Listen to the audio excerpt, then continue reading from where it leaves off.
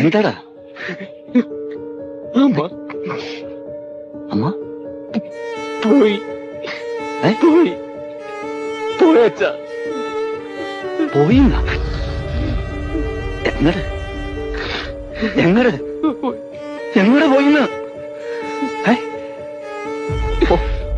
പോകെ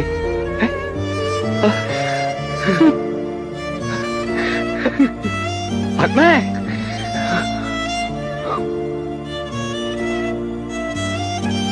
പത്മേ പത്മേ എന്നെ ചതിച്ചൂല്ലേ ഇന്ന് എന്റെ മക്കളെ വിട്ട് പോയില്ലടി